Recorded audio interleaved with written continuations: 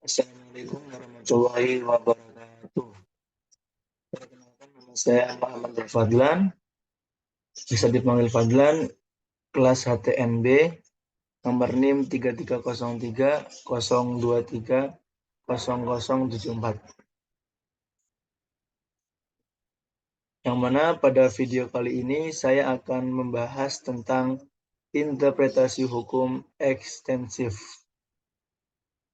Bisa diketahui teman-teman, interpretasi itu adalah sebuah metode atau cara memahami makna yang tertuang dalam teks-teks hukum, atau sebagaimana cara untuk memahami hukum sehingga seorang penafsir dapat menemukan sebuah hukum.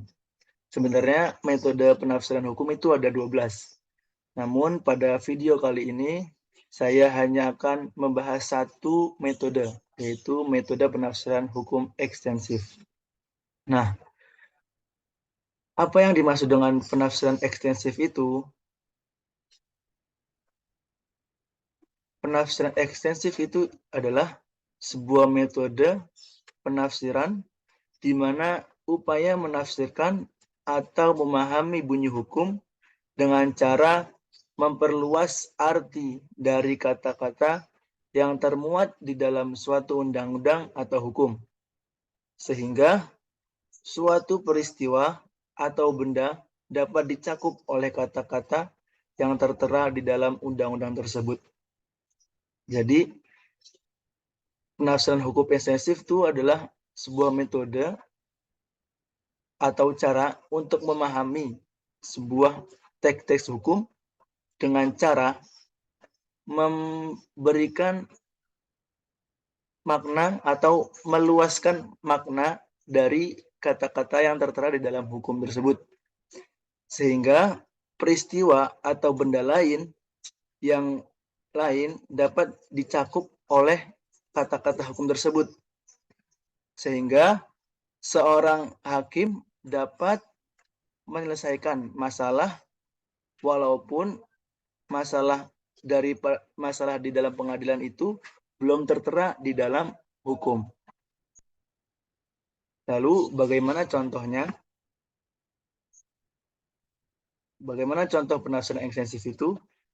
Bisa kita lihat contohnya pada putusan Ares Hogret tanggal 23 Mai tahun 1921, yang mana mengikut sertakan aliran listrik sebagai benda. Nah, ini salah satu contoh penerapannya. Sebagaimana kita ketahui bahwa benda itu adalah berarti barang yang terlihat dan terlihat wujudnya. Nah, namun di dalam penafsiran ekstensif, barang itu diperluas maknanya, tidak hanya mencakup suatu benda yang terwujud. Nah, dan yaitu mengikut sertakan benda yang tidak berwujud juga. Nah, selanjutnya, contoh yang selanjutnya yaitu hakim dalam menafsirkan kata menjual dalam pasal 1576 KUHP Perdata tidak hanya bermakna jual beli, akan tetapi bisa berbentuk pelarian yang lain seperti sewa atau tukar menukar.